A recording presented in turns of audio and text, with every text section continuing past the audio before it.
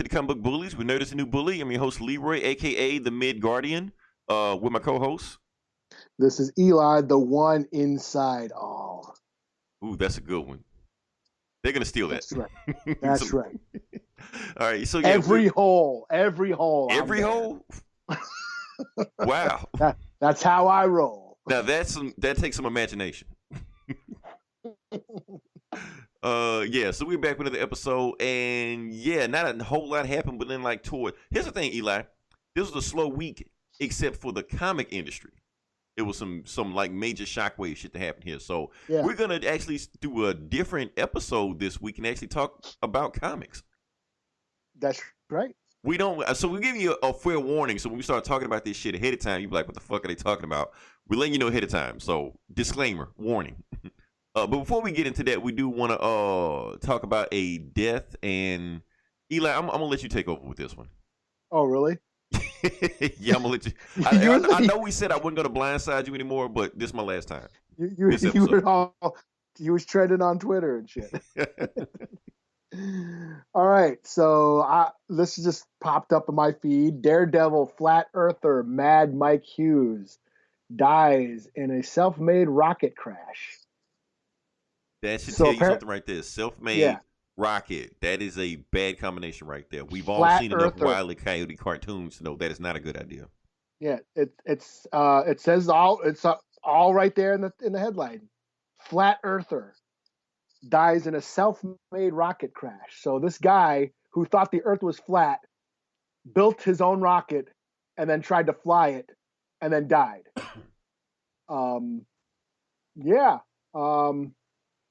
In a world where people who, think the world is flat, dinosaurs are fake, this doesn't surprise me. Eli, natural selection at its finest. That's right. I hate to say it, but that's what happened.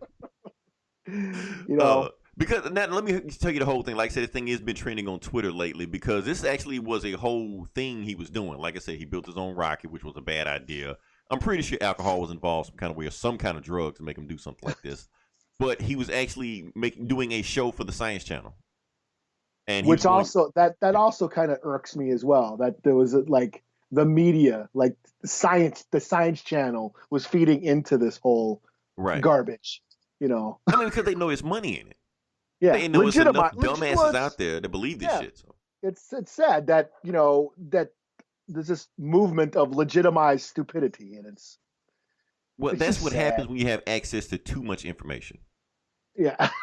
I mean, that's what happened because you can look online and anything you think might be real, you can find evidence to support it. Yeah. So flat earthers are the same way, and the thing like is, like these the bullied little dwarf kid that everyone thinks is like 50 years old and pretending to be Kaiser Soze, scamming the world and shit. Right.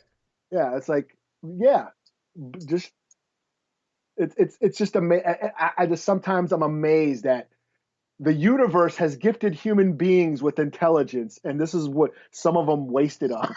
Right. Stupid shit like this. So, you know what's really fucked up? That crash that this flat earther had, it's on the internet. Oh, so it's like a stuff video. So I saw it. Yeah. I didn't know what I was clicking. I was like, oh shit. So really they were filming. It was like, it was supposed to. It was a show. They were filming a show. That's the thing. The footage was like they showed the footage, and I was like, and you like, oh shit, they're about to show it. So you want to turn away, but you can't turn away because I'm here now. So you're like, oh, this is fucked up. So the whole thing is online. Evil do that shit, but he survived. Yeah, he survived, even though his shit looked way worse than this guy's shit. But you saw his shit going. I hate to say it. Remember in Civil War with War Machine going to the fall. It's really fucked up, man. But that's what. Like I said, you build a homemade rocket. What did you expect? So, and not only that, the Flat Earth Society has actually issued an official statement for him. Yes, there are flat earthers all over the globe. And let's see, Guinness World Record holder for longest limousine ramp jump. Oh, I should have read it beforehand. Okay, that's Mad Mike Hughes. Our thoughts and prayers go out to his family in the trying times. Hope that Mike has found whatever he was looking for in this crazy world. Godspeed, Michael, you glorious bastard. Yeah, that's the Flat Earth Society. giving their condolences. So that's the thing. When you got people believing this stuff that's killing them, it's like we really need to, I don't know. Yeah. Information is dangerous. This is proof right here that too much information is dangerous. Guy's got too much time on his hands. He wants to be famous because he obviously knows it's a bad idea, but he's like, hey, and most people will take that idea. Hey, if I film you making yourself a rocket and I put you on TV to make you famous, will you do it? Most people will do it. Regardless whether they live or not, they'll just do this shit because people just want to be famous just that bad. So, yeah. I don't know. Oh, yeah. Sad shit. Yeah. It's just a sad story all around. Fuck that guy. Look, I'm more upset that Willona died from Good Times this week. So, Oh, yeah. Rest in peace to her. She was fine as fuck in the 70s. That being said, can we move on to the box office numbers? Sure. All right, so here we go. We're going to talk about box office numbers. And Eli, give it to me. What is the number one movie of the week? I heard it's Sonic again. Sonic the Hedgehog. Yep, again. It's already was the highest grossing opening weekend of any video game movie ever. And now it has been number one for the second week. Now, the number 2 one is The Call of the Wild. Now, The Call of the Wild, of course, not Birds of Prey. Birds of Prey is number 3. We'll talk about that in a second. But Call of the Wild is a Harrison Ford movie with him and a dog. So, is it Disney? Did Disney make that? Sort of, kind of. 20th Century Fox, but sounds like something they would. Oh, is it? Oh, well, I guess Disney owns everything, so yes. Or they eventually will. Some people said this movie is really like a Han Solo movie, but it's like when the drugs wore off and you realize you're not in space. You just high as fuck with your dog. Yeah. And plus, that's classic literature, and no one knows about that shit anymore. Nobody reads. I actually did read a Call of the Wild comic. Oh, really? Yeah. My dad, he has a shitty imagination. If it was out of realm of reality, he thought it was stupid. He hated science fiction, space shit. Mm-hmm. But he was into nature. He loved Bambi and it's weird. He didn't like Star Wars and that shit, but he liked Bambi with talking animals. And I was like, what the fuck? I guess it has to be like completely in a fantastical area. It can't be sort of kind of science fiction. Yeah.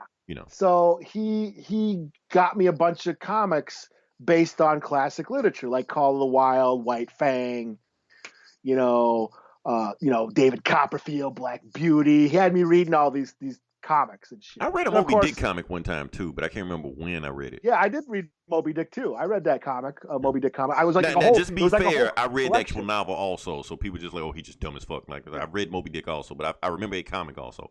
Call me Ishmael, but yeah. Of course, I was all into War of the Worlds, Journey to the Center of the Earth, and that was my I mean, I had a bunch. It was like a whole collection of these classic literature illustrated or something it was called, and it was just comic book versions of all those old classic stories, and Call of the Wild was one of them. And so about a dog who gets treated like shit. I mean, can you make something like that nowadays? That's the thing. With PETA and then he's called. Now I get that and White Fang mixed up because Jack London wrote both of them. Okay. Now Buck was the Saint Bernard that becomes a dog sled dog. I think that's that story, right? Well, if it ain't broke, don't fix it. Because huskies are usually. And that sounds like a Disney movie because Disney was like really into dog sledding for a while and huskies. Like they loved it so like you go on Disney Plus, that's all you're gonna see. Yeah. Like Avengers and dog sledding. That's it. So, Call of the Wild thing. And it almost beat Sonic the Hedgehog, but couldn't quite get there. Sonic's just too fast. Yeah. So, number 3, we're going to talk about Birds of Prey and the Fantabulous Emancipation of One Harley Quinn, which at first I thought last week it was Harley Quinn Birds of Prey to shorten that shit down because the name is too damn long, but now it's back to the way it was before. So, who knows what the fuck going on this movie? Anyway, all that explains why it's number 3. And Eli, I feel like we've talked about this movie long enough. This is going to be the last week we're going to talk about the Fantabulous Emancipation of One Harley Quinn because at this point it probably won't even be in the top 10 with the way it's looking. But I do want to talk about one specific thing about it. Now, your boy, Rob Liefeld. Ain't my boy. That was your boy. Okay, Rob Liefeld is and all that shit. Rob Liefeld is our problem. We created Rob Liefeld, so we're responsible for him. So the motherfucker can't draw feet, but hey, he's here now. We just have to deal with him. So he went on this long rant, and we're going to talk about Rob Liefeld a bunch in this episode. This is just the start of it. I don't know why, but he went on this long Twitter rant of basically saying why he think Birds of Prey underperformed at the box office, and then he just went on just posting these pictures of like, look what I found online, and he showed all these sexy pictures of of Harley Quinn, in his sexy cosplay, and Jim Lee drawing her and shit like that, just sexy as hell. And he was like, look at how Harley looks here, and look at how she looks in the movie, with the frumpy, flowers and shit. More punk rock, less Happy Meal or something. Something he said like that. She looked like Ronald McDonald or something. Yeah. Now he's deleted the tweet since then, which I never thought Rob Liefeld would bite his tongue or anything, because he said some even wilder shit later on, which we're going to talk about. But that's what I wanted to talk to you about, Eli. Do you think, like I said, people have been bringing up all kind of reasons why this movie is underperforming, why this movie is flopping, why this movie not making numbers? Do you think any of that had anything to do with the lack of the male gaze? Oh, that's a good question. No. Should I break? Let me break down the male gaze for a second. For the listeners out there, just make sure we're all on the same page. So, like I said, it sounds like a simple concept, but the male gaze is basically when you're watching a movie or a TV show and certain scenes are shot in a way to make the woman seem like sexual, make it seem like titillating, not naked or anything like that. Or, but it's certain shots that make you think like, oh, I need to watch that. Like maybe for some reason she might be in a bikini next scene for no reason whatsoever. She might be bending over, might be perking up her lips or something like that. Something to make you, oh, okay. Something like that. Yeah. Like fans, like Suicide Squad. Yeah. Like we saw the trailer. Like even if you've never seen Suicide Squad, the trailer alone had Margot Robbie stripping down to her bra and panties, when switching to a Harley Quinn outfit. Yeah, and everyone's checking her out. There's like a whole scene. They even had some women, like military officers in there, like stopping looking what she was doing. Yeah. Like I saw that, I was like, oh damn, okay. Like she was bent over, picking up something. Like she didn't have to bend over like that, but she did. Her high pants was up in there, so you could see her butt cheeks, just walking whenever she was going anywhere. High heels, So they went over the top, to make her seem sexualized in Suicide Squad, and which actually is one of the reasons why Margot Robbie even decided to make this movie, The Birds of Prey, because she's felt like Harley Quinn was so sexualized as being geared to like one demographic, 14-year-old boys. We're not 14-year-old boys, but hey, we like ass and titties just like everybody else do. So she wanted to make a movie that was geared to something more than its audience. She's gonna make a movie. She's not gonna wear hot pants. She's not gonna strip down to her bra and panties. She's not gonna just be bent over, so you can just see all the business when she's basically completely deleting the male gaze in this movie, basically. So Rob Liefeld, which is noticeable. Yeah, she is basically wearing overalls that her like main outfit in the whole movie. Right. I mean, like I said, like Margot Robbie is beautiful. Just beautiful. Yeah. But in this movie, you can tell they didn't go overboard with it. She cuts her hair. I think there was like I think that was a statement. It was I'm not just a hot chick. I think that was definitely a statement of the movie. Mm-hmm. I mean, the movie went out of its way to make sure that was there. Even if it didn't just say it, it made sure that we're not going to do that. It may have. I don't know. I mean, it's hard to say. I don't know. I mean, I can't say that that's the only reason, But then you look at Aquaman, Right. I mean, it's a double standard. It's a double standard. Yeah. It is. Half the reason why that movie made so much money is because Jason Momoa with his shirt off. Right. That wasn't for me. It wasn't. Yeah, he wasn't running around with his pecs hanging out for me, for my benefit. And it's feel like you watch the movie, you trying to watch the plot and shit like that, and every time you see his shirt, all you hear is, you're like, shut the fuck up, I'm trying to hit a movie. Yeah, fucking panties dropping and shit. Yeah. Right. I mean, so it's hard to say. I mean, I don't know. I think that is a factor in selling movies. I think sex sales. Sex does sell, yeah. And I think, I don't know if that affected the box office though. I mean, I don't know. I mean, you kind of, I don't know. It's a tough question. The reason I asked that because, like I said, when Rob Liefeld, made that tweet, then you read the plies of it, and you see like the Amen crowd coming in playing, yes, that's what happened. Whoever did this should be fired. We need to see Harley Quinn, like blah blah blah. Like then they showing pictures and stuff, like pictures of her in Suicide Squad, then showing pictures of her in Harley Quinn and Birds of Prey, and you can tell the difference of how they shot those movies. And I don't know. I mean, to say that it might have hurt the box office is kind of like really painting us in a bad light, dudes in a bad light. Yeah. I mean, I was going to see the movie regardless. I mean, because I forced you to. Well, I mean, I was going to see it anyways. I mean, I'm a Batman fan, and it takes place in that universe. I was going to see it, but we liked it. I mean, if you go back and listen to our review, we both loved that movie. Yeah. I mean, I almost saw it again this week. And the fact, and it isn't because of titties and ass cheeks. Right. It's just a fun movie. Right. But it is hard to. I mean, we've talked about this, like with Vampirella. And that's her only selling point, right? Yeah, is like she's only recognizable with her skimpy bikini outfit. Yeah, we've had other Vampirella writers and artists, draw her in a non-sexualized way, putting her in astronaut outfits and putting her in frumpy mom jeans and sweaters and shit. But you go to a Comic-Con and a woman who cosplays as Vampirella, she's in that bikini. Right. They don't care about anything else. It's that bikini. And whoever's wearing that suit, it's like super fucking hot, Yeah. So, I mean, I think it's a little, I mean, I think what he said is a little, I don't know, ignorant a bit. I don't think that's why. Think about who we're talking about. We're talking about Rob Liefeld.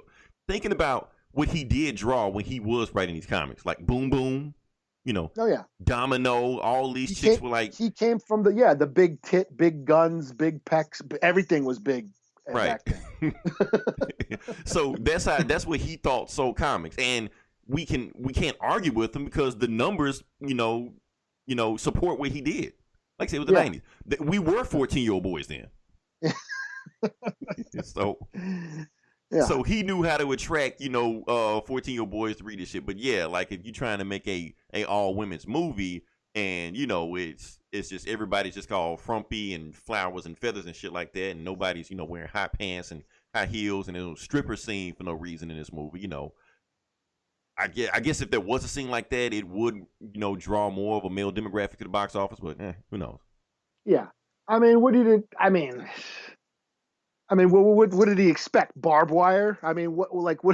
Right. I think he was. Yeah, and that. Yeah, I mean. There's a fine line. I mean, but at the same time, we just talked about Vampirella, right? Yeah. Wouldn't you almost put Harley Quinn in that same category as far as being a sexualized character, and that's what's popular? Like you said, you go to a Comic-Con and you see Vampirella tits and ass all out, but what character do you see more at a Comic-Con? Yeah, Harley Quinn. Harley, but then Harley's not.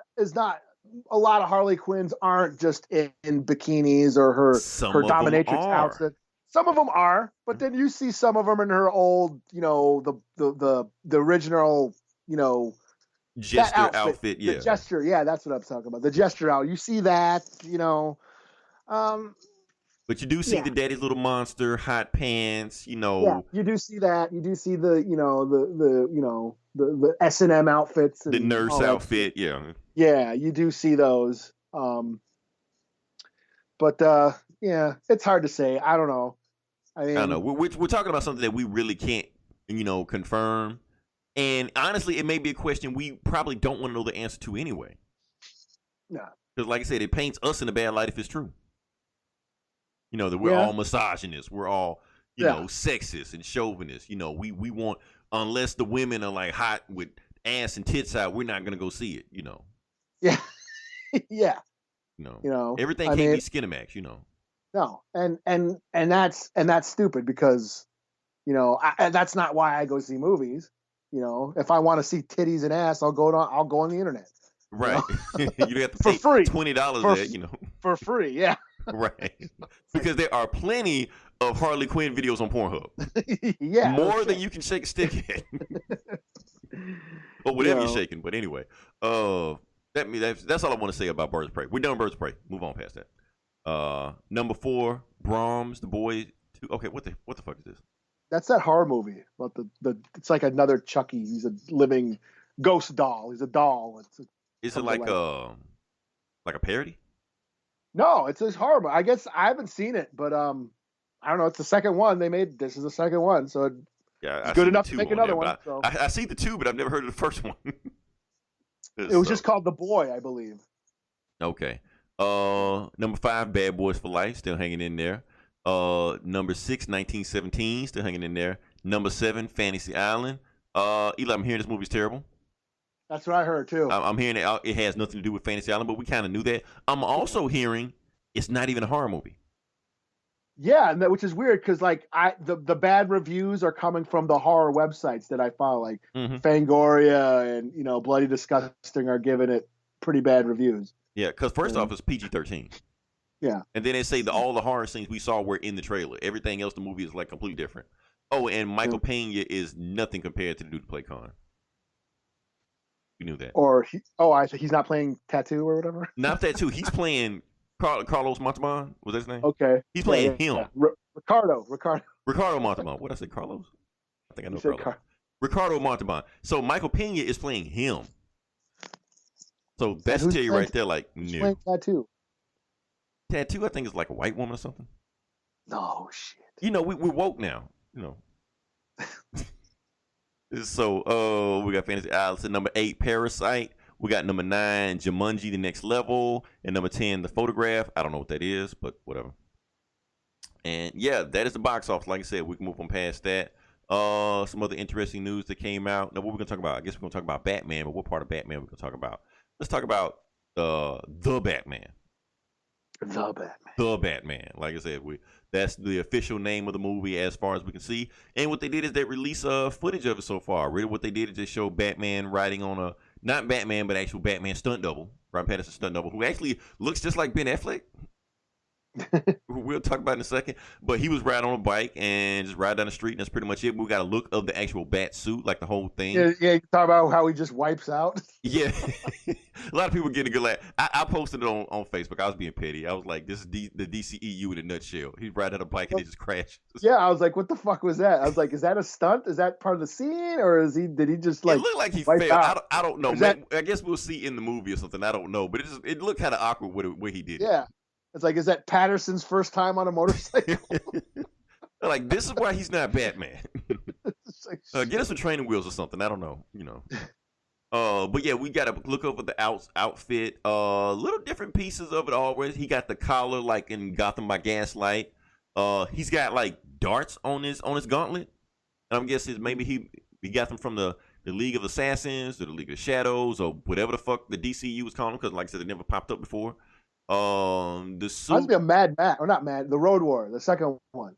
Okay, I'll go with that. It was the guy with he had the crossbow on his wrist.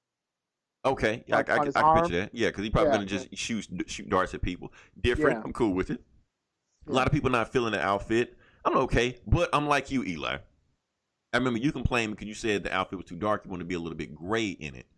And I agree with you. I'm looking at this outfit. I'm like, it don't have that gray in it like I thought. It looks just as dark or black as the Christian Bale or the Michael Keaton one.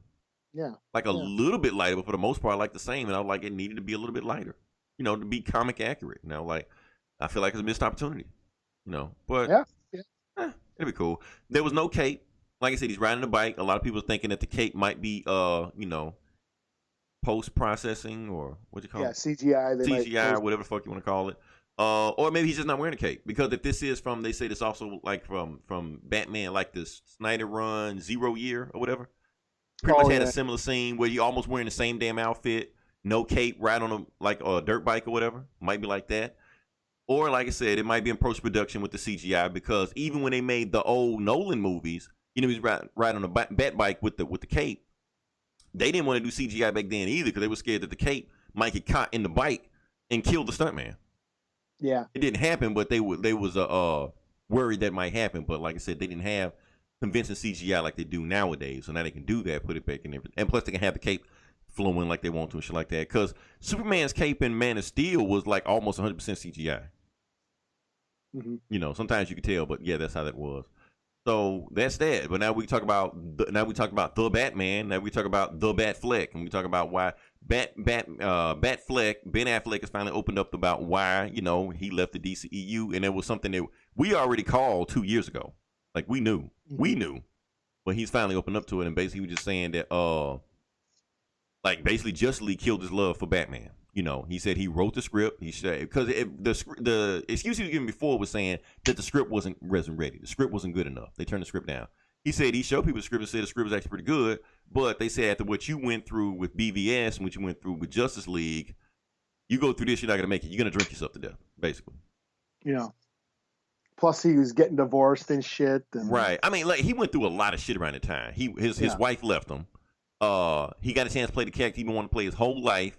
And the movie underperformed, BVS. He was in another movie, which flat out flopped, Justice League. Not only that, during that whole time, there was another movie he wrote, directed, and starred in. Yeah, he directed, Flopped. And I'm pretty sure that's why, when that movie flopped, I'm pretty sure DC was like, you know what? We're going to hold up. I think that's when he took him off the movie. Because he was supposed to write and direct the star of the Batman movie also. But I think when DC saw how his movie flopped, they were like, you know what, we already struggling as it is. We don't need to take a gamble on this. You know, and I think they kind of pushed him out. So I think he's telling us some of the story, but not giving us the whole story. I think DC did kind of push him out. Or they're like, you could star in it, but you can't direct and you can't do everything. You can't be just the Ben Affleck show. You know, I think that's what they were trying to do with that one. They want to get a little bit more creative control underneath it. And like I said, everything that Ben Affleck was going through at that time, like weaker people than him have broken far and fell off the wagon far worse than what he did. You know, at least he came back, was able to tell his story. Some people fall off the wagon and just never come back. Yeah. You know what's funny? That this was just 4 or 5 years ago. 4 years ago? 5 years ago? Yeah, 4 years ago. Yeah. When was BVS? You know, 4 years ago? Yeah. Yeah. You know, that's like the peak comic book movie hype. You know, and that shit was everywhere. And how much did Justice League make? Like 700? Not like 600. 600? Yeah. That's considered a flop when nowadays that's probably going to be right around where that, you know, that's going to be realistic numbers now.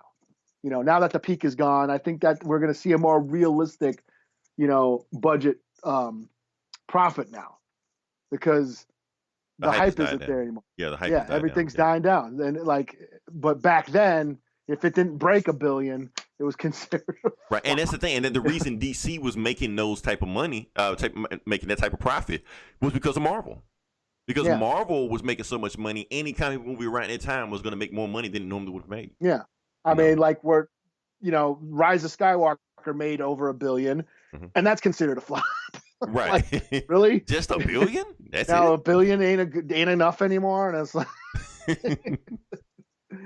You know, I mean, like I said, so now that the ship has rose with the tide, now they're gonna fall with the tide also. So yeah, now pretty much all the comic book movies, you're right, they're gonna hit if they hit around like 500, 600 million, that's gonna be, successful. But I mean, like I said, Justice League, people consider flop because it was basically 2 movies. You know, you had a Snyder movie. Snyder Cut doesn't exist, but he did, shoot a bunch of shit, scrap that shit. Joss Whedon came back, showed a whole nother movie. So they're basically like his 2 movies with one. That's why it flopped. Which is why, Birds of Prey struggling also. They're probably going to hit around 200 million when they really do about like 300 or 400 million to call it a day. Call it a profit. But that's how that is.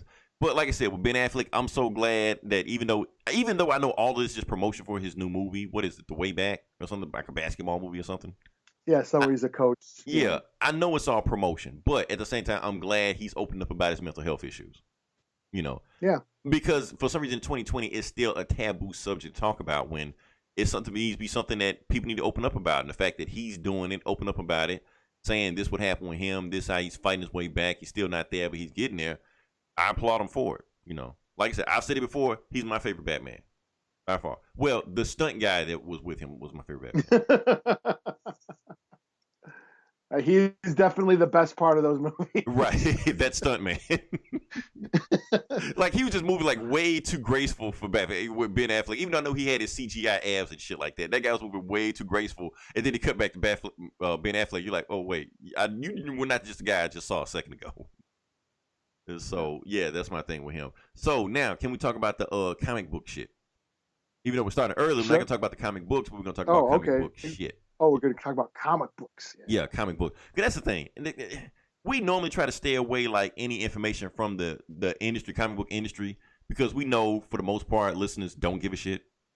You know, they don't. No, they didn't come here to listen. I barely give a shit. Right, that's the thing. So why talk about it? But this was some big news. This was broken by Hollywood Reporter, Deadline. Like all the big news sites were talking about this. So I feel like it's something we need to talk about and bring it in here. And like they need to clear up some shit exactly what's going on. So basically, what's going on right now? And you know what, Eli, I forgot this guy's name just that fast. Even though we just researched before we started recording. DiDio, what's his name? DiDio. Okay. What's his first name? Dan. Dan or Don? Not Don. Dan. Let's get his first name right. Dan. This is why we don't talk about comics on the show. But anyway, let's start. I was thinking of Mike Diodato. No, not Diodato. We like him. No, not that guy. Yeah, he's awesome. He's awesome. Let's talk about him. That would be sad, right? He's fine. But yeah, Dan DiDio. Hopefully we're saying his name right. If we're not, fuck it, who cares? So Dan DiDio has exited DC, and we all know what exited means. We all know what part ways means. He was fired. Let's just put it out there. We know there's no official word on it, but we pretty much know this world because he had this big, huge event that he was planning that was getting ready to come out supposedly this year. Then he fired him. I mean, then he exits. He's just like, I don't feel like doing it anymore. I leave. No, something not right about that. He was fired, especially when all of the DC employees are all on Twitter saying, giving their condolences, stuff like that. For some mood, they were caught off guard by it. Yeah, he was fired. He was let go, and they've been doing this for the whole year. I think they said they let go like laid off 240 employees last year. And DiDio, that guy, yeah, he was just like the last piece of the puzzle. So, and here's the thing, Eli, I go on Twitter and like people are just happy as fuck and jumping for joy. This guy's gone. I'm like, when did we hate DiDio? Yeah, I don't know. People are hating him. People are upset. And I mean, okay, he gave us the New 52. And that's what I was saying. I was like, how you going to hate a guy that gave us New 52? They were like, well, that's the reason we hate him. I'm like, Eli, I thought we were on board with the New 52. I was. That's the shit that got me back in the comics. That's the shit that got a lot of people back in the comics. So they trying to say that they hate him for that. Now there's some other reasons also they say they hate him, but that's one reason they hate him. But that was actually a good thing he did. I mean, he took risks. He took chances in the comics. Not everything he did didn't land. But I still feel good about what he did. I mean, I didn't think that DC was in some terrible shape. I mean, no worse shape than the comic book industry itself. As far as the comic book industry, I think DC is carving its way path. But, I didn't think he was doing that bad of a job. Now, there are other things people are complaining about them about. First off, he hates the Teen Titans. All of them. That's why you don't see him in the comics anymore. Or you see him, but they're like very downplayed, Dick Grayson is pretty much got shot in the head. I think you reviewed that book one time, and now he's Rick Grayson. He doesn't even remember being Nightwing anymore. Wally West, Jeff Johns brought him back in New 52, said he's here, and what did they do? As soon as Jeff Johns turns his head, he goes and murders the Teen Titans. Like, okay. And now he's off in space doing some other bullshit. So he hates legacy characters. He hates sidekicks. He hates the Legion of Superheroes, even though Bendis is starting to slowly bring them back. Matter of fact, he was going to kill Nightwing back in Infinite Crisis, like back in the 2000s. Sounds like my kind of guy. So you would like him, but everybody else hates him. But yeah, he really, really, really wanted to just kill Nightwing. If you read the book, Nightwing gets like really fucked up in that book. You're like, there's no way Nightwing saved this shit. Then like the next issue, something like that, he's in the hospital. It's gonna be slow, but he'll make it back. Like no, he was supposed to survive this shit. He had like a building fall on him for shit. Like last I heard, he wasn't a. He's just a human. But whatever, he survived this shit. So that's the thing. So even though he can't, so since he realized he can't kill the sidekicks, he's gonna just ruin their career until people just want them dead. gonna beat the shit out of him. Basically, you know. So that's why Nightwing hasn't been Nightwing for like 10 years, because he never wants him back in the suit. He's always like a spy, or he's a taxi cab driver, or some other bullshit like this. He's always doing something except being Nightwing, because that's the shit he don't like. He didn't want Wally West back. That's why he made Wally West black and kill him off. You know, just certain storylines that he was aboard. Like the whole Rebirth thing, he didn't like the Rebirth thing anyway to begin with. That's all Jeff Johns shit. And Jeff Johns kind of like disappeared or something on Hollywood. Yeah. I don't know. Yeah. And that's the reason when he left. He wrote The Button and then Doomsday Clock and then said, fuck this shit. Right. Like, let them do whatever the fuck they want to do. I don't care. I'm out of it. So I don't like this anymore either. So that's the thing. So, and DiDio, a lot of people are complaining about the way he ran the company also.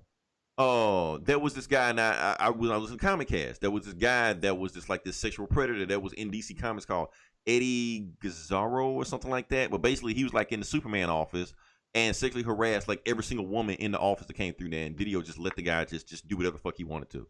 He was like, well, that's why women shouldn't work on the Superman books. You won't get your ass grabbed. Like, that's not really an excuse not to do shit.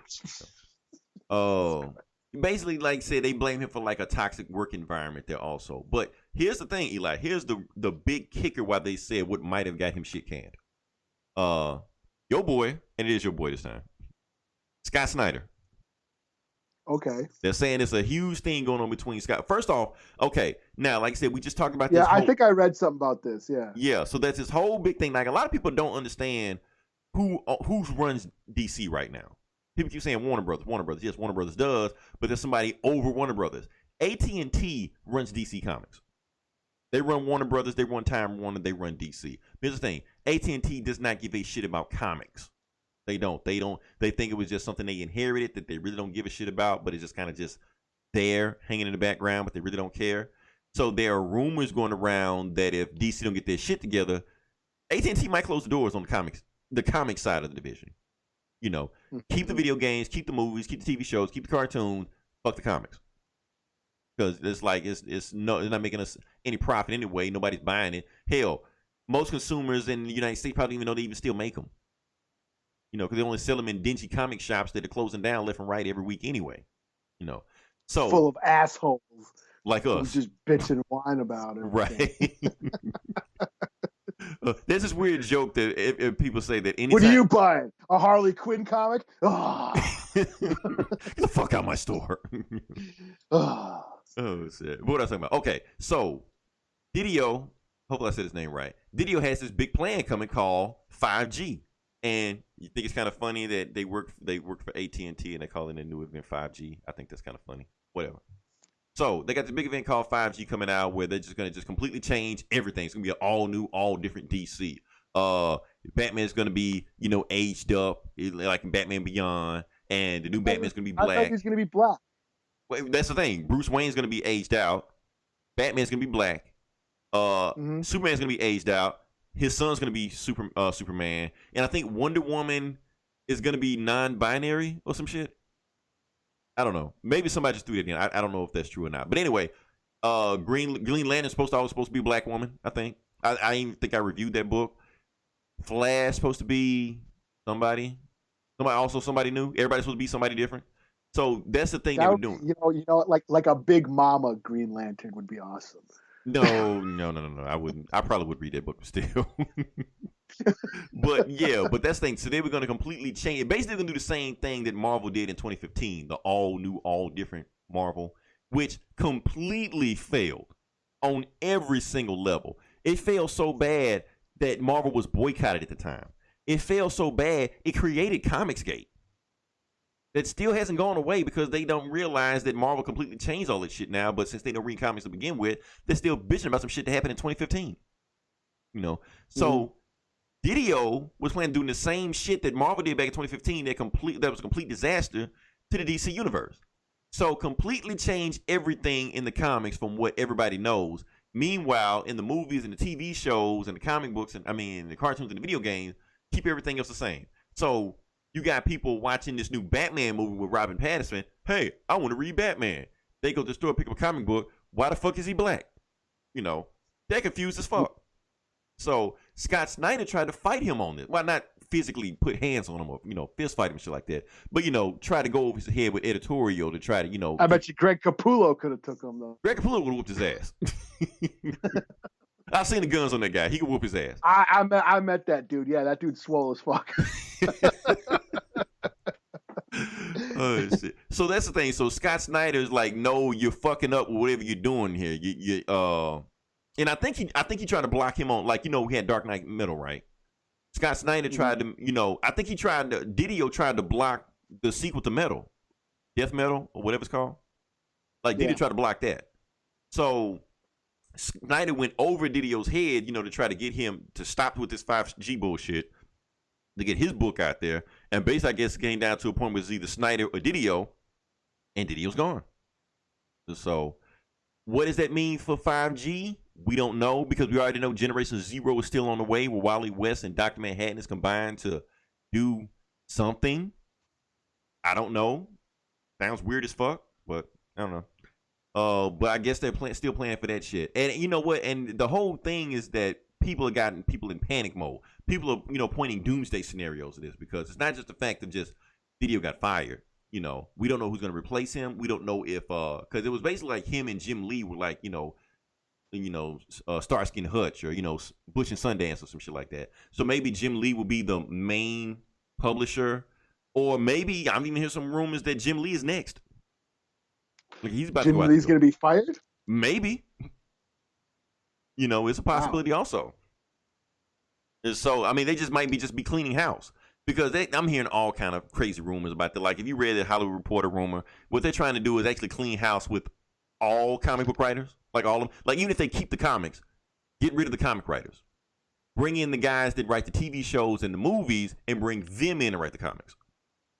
That way you can have like a whole cohesive synergy with this. That way everything will be all connected. Since they're all writing the same thing. Now, I'm not saying it's going to happen, but I'm saying that's what I've been hearing rumors of. Kind of like the same way with J.J. Abrams and his son was writing that Spider-Man book. I take back what I said, Eli. That book is actually pretty awesome. Is it? I read it this week. I was like, oh shit, some shit happened there. When they come out with the new issue, whenever it comes out, I'll talk about it. But it was actually pretty interesting shit in there.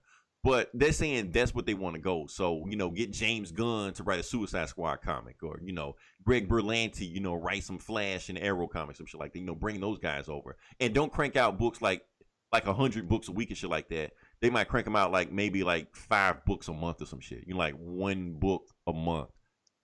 So it won't be just bombarding you with just comics and shit like that. When it happens, it's going to be an event whenever it happens, So that's what they're planning. Some people saying they might shut the doors all down together. I'm even some even weirder shit saying that Marvel might buy the books. That is not going to fucking happen. Let's just stop with this we got it covered bullshit that everybody's talking about.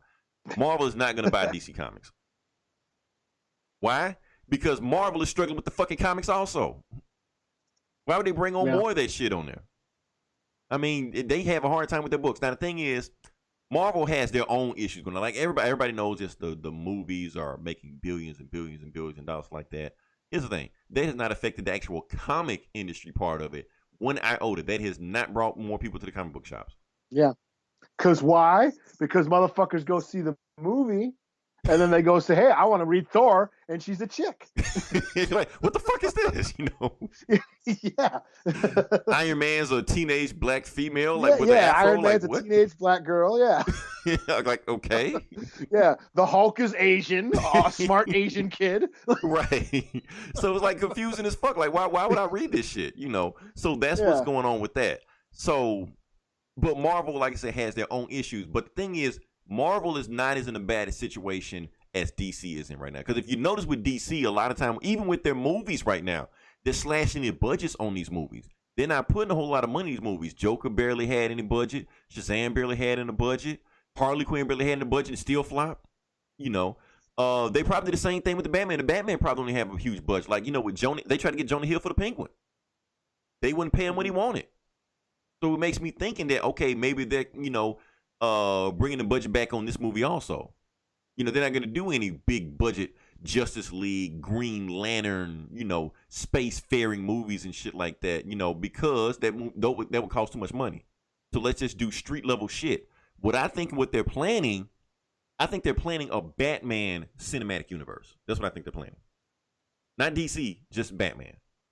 Have Huntress and Oracle and Signal and whatever the fuck, and just throw them in there and shit like that. And that's It's and like call it Lego Batman. Lego Batman. basically says it in Lego the beginning. Condiment King and shit popping up. Like that. Lego Batman said it in the beginning, like DC, the house that Batman built. Right. You know? Suicide Squad, shit like that. Shit that don't cost them a lot of money. I think that's what the rate they're going. But basically, they're not spending money on these movies like Marvel is. Marvel just throwing, like, probably the Falcon and Winter Soldier movie will cost more than probably this Batman movie would cost. I mean, that TV show will probably cost more than the Batman movie would cost, you know, because Marvel's doing it. And the thing is, oh shit, we got some people calling in. Anyway, we won't get, what else? I lost my train of thought. We're not gonna get what was I talking about? This is a Batman cinematic universe. Yeah, Batman DCU. cinematic universe. Okay, gotcha. Okay, with Marvel. Now, Marvel is not gonna in the same issue is having the same issues that DC's having because they are having success with the movies and they got these TV shows coming out, shit like that. But here is the difference. Kevin Feige is head of Marvel Comics. Like, he's over everything right now. So, like, Joe Quesada used to have Dan DiDio's position over in Marvel. Now, either he's been fired also, or he's just sitting in his office with his thumb up his ass, not doing shit anymore because Kevin Feige basically has his job. You know, that's why all of a sudden, and he wants the same synergy in the comics just like the movies are. He wants it all connected too. That's why, out of nowhere, we find out that Tony Stark's been dead the whole time. You know, on some Sixth Sense shit. Like, wait, what? Like, that wasn't explained before. Like, yeah, he's dead. So movies he's dead, comics he's dead, it's all connected. So no more black, female, teenage, non-binary Iron Man. No, it's just he's dead. Don't worry about him. So that's them. With the comics, you got DiDio's out. We don't know who's going to take a position. We know it's not Jeff Johns because, like I said, he's in Hollywood.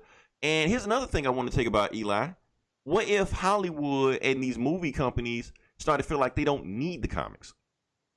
Like, well, I'm talking about both sides. What if Marvel and DC feel like they don't need the comics to make these new stories? Yeah. I mean, because look at Endgame. Then we all going to start reading indie comics then, man. That's Heavy metal. Because that's all going to be there. Image is going to be the shit. Right. That's because that's all you're going to have if Marvel and DC just shut shit down. I mean, just shut the doors down. Because, like I said, Endgame wasn't based on the comic. Guardians of the Galaxy wasn't based on the comics. Even if they do base shit on the comics. Think about We're gonna have to start reading Valiant. They already say it's the greatest thing to slice bread anyway, so shit. But the thing is, let's say if neither Batman, neither DC nor Marvel make another comic ever, they still have 50 years worth of comic material to draw from. Hell, DC got 80. So they could just mine those stories just forever and just forget this shit. You know, even if you did want to just base shit off comics, they just do that and never run out of material, even with the shit they have now. You know, it's not like Valiant where they only been around for like, 20 years or some shit. Or Teenage Mutant Ninja Turtles and shit like that. They can, like, how many Batman comics have they made? Thousands. Over 1,000. Thousands, hundreds of thousands. They can't even scratch the surface on the Batman book. They could probably just grab a Lin Wein book from the 70s and just say, hey, let's make this movie. Boom. There you go. Yeah. You know, a Dwayne McDuffie Justice League run, a 2-issue run from the 2000s. Boom, there's your movie. You know, they can just do shit like that and just never run out of material. You know, so they could do that. They could shut the doors down, or they could just ignore the comic material all the way and just make whatever the fuck they want to and just do like, hell, DC biggest movie of last year, that like the second highest grossing DC movie of all time is a movie not based on the comic, not based on any storyline. Not centered in the DCU, not even connected to DCU in any single way.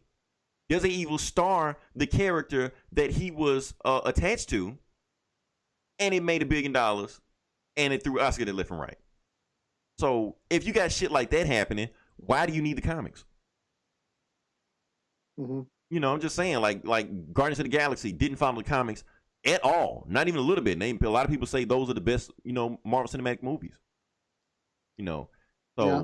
I mean, like I said, I hate to be all doom and gloom like that because we are a comic book podcast. We love comics. We like to talk about comics. We don't want the door shut down, but at the same time, we do have to, read the room. We have to read the terrain and see what the fuck's going on. When you got CEO, you got co-publishers getting fired left and right and shit like that. And you got AT&T companies that don't really see the value of comics. Comic shops shutting down left and right. The industry is going down every year, as far as sales. Something's got to shake. Something's not right. They can't keep doing the same shit they've been doing. Yeah. This ain't going to pick up. Like we said, the movies peaked. Right. That's the thing. The movies peaked. Right. So that popularity has we've plateaued. Right. So comics ain't getting any more popular than they were ever going to get. Hell, it's video game movies now. That's the new hotness. Comic book movies are the old and busted. So that's where everything's going. But yeah, like I said, we want to see this shit keep going, but I don't know. AT&T doesn't see the value of it because, like I said, all they see is zero. All they see is the bottom line. And they're looking at comics and it's just like, okay, well, you're not really doing anything for us. You're not keeping up with like all these other companies. Yeah, Kevin Feige sees Marvel as his test bed or the R&D department for Hollywood, but DC don't look at it like that. AT&T don't look at it like that. They got their movies. They got Warner Brothers' whole movie library and TV library and shit like that. They got Looney Tunes and all this stuff like that. They can still keep Batman. They can still keep making Batman material, Superman material, but they don't have to keep making comics. So, yeah. I don't know. Sad day. I feel like I brought the mood down. Why is that more sad than the flat earther getting killed? I don't know. Oh, shit. Can we move on past that?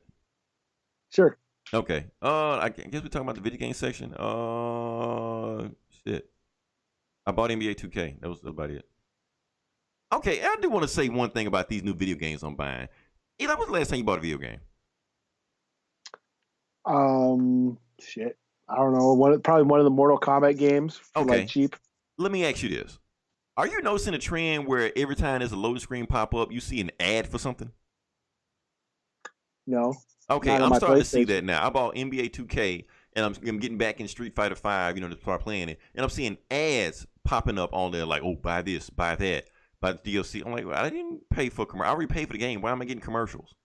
No, I don't see that. No. It's a new thing. People are saying it's like that in Call of Duty also. So that's like the new thing where they're shoving advertisement down your throat. And it's like that. I think that's like very annoying. So I don't know. That's all I'm gonna talk about that. Let me see. We move on to the actual next part of the podcast. Sure. Okay. So like I said, this is the comic books where we talk about this comic book bullies where we talk about the comic books. And this week we had a whole bunch of books drop. Eli read a whole bunch of indie shit. I didn't read a whole bunch of shit, but I did read some. And I guess I'm going to start off with the X Minute, even though I only read one X book. And I'm pretty sure this is probably going to be the biggest book of the week. And it was Wolverine. Mm-hmm. Now, why is Wolverine having a new book is a big deal? Because it's Wolverine. Because the last book he had, like the actual book the real Wolverine had, was back in 2013? That was the Death of Wolverine or some shit? Yeah, he died. Yeah, he died. Yeah, and it was and people bought those books left and right, thinking they were going to actually do something. Those books are worthless now. Thank you, speculators. Yeah, I already sold mine. Right. Well, you did a good job. Sell that shit before. Another reason the comic industry is dying because it's fucking speculators. But so Wolverine is back with his first solo issue. So this isn't X-23 in Wolverine outfit. This isn't Old Man Logan. This is actually Wolverine. So he's here. So let's see how the book starts off. So basically how the book goes is the book starts off basically 2 books. It's really 2 books. That's the thing. Like it was an expensive book too. This book was $8. Yeah, it was. It was an $8 book. So yeah, it was 2 books, 2 stories. The first story was Wolverine waking up in Alaska. He's bleeding all over the place. His chest bursted open. His meat like off his bones. Somebody's got fucked up. And he's looking at the X-Force, and the X-Force are all dead, and he realized he's the one that did it. He's like, oh, what the fuck happened? Yeah. So we cut back 4 days earlier? And something like that. Yeah, something like that. And Emma Frost is taking the kid, and she gets word from Bishop, and Bishop is finding out that they're getting whole shipments stolen from them, of their drugs. Somebody's stealing the drugs from them, they don't know who's doing it. So Wolverine gets word from it, he's like, okay, some of the X-Force, I want them on site now. We know they're in Russia, but the thing is, Russia is not part of the whole Krakoa Treaty. So they're not allowed in Russia. So they got to get gateways, to send them over there. So they know exactly where they kind of pin down where the drugs might be taken. So they go to this church. And it's these church of these mutant worshipers. They worship mutants, and they think they're nice at first, but actually they don't only worship mutants. They think if they drink their blood or bite from them, that they get the superpowers. Oh, and they took all the Krakoan drugs also. So they drink the Krakoan drugs. They get super strong, fight the X-Men, thinking they can, if they kill them, they get even stronger. But they end up dying from the drug because the drugs were bad. Wolverine tracks where they bought the drugs from to this, like, what do you call the Russian mafia? The Bratva? Something like that. Something like that. Let's call them that. I probably said it wrong, but let's call them that. So he finds them, finds out that he gets sent the head of the main, the main pastor of the church, whatever like that, said, y'all sold this guy some bad drugs. What the hell's going on? He's like, well, okay, so we made this deal with this lady called the Pale Lady. That's what she called herself. But she was asking too high of a price. So we decided to cut corners and go to Sokovia and just sell them Sokovian dirt, thinking they wouldn't know the difference, So, but we realized that she's crazy also because the guy takes off his sunglasses. One of his eyes has been burnt out. It's like, she made me do this. She made me take a lighter to my eye, burn my own eye out. That's why we got these psychic dampeners so she can't do that shit to us again. So it's not you we're scared of. It's her we're scared of, And then also in the CIA is also in the trailer. There's also some dude named Bannister or something like that. Hawaiian shirt CIA agent. Pretty sure he'll show up later on. But we cut to the end, and Wolverine, we don't know how Wolverine got here, but he's in Alaska, and the X-Force is chopped up because he chopped them up. He's walking through the woods. He sees footprints, follow the footprints. He thinks he sealed the Pale Lady, but he doesn't know if he sealed the Pale Lady, and she dies. No, I'm sorry, she didn't die. Some other guys find him. She like disappeared. Like she like disappeared in the some other guys are there. Yeah. Yeah, and like some hunters and stuff like that. And they find Wolverine, asking what happened.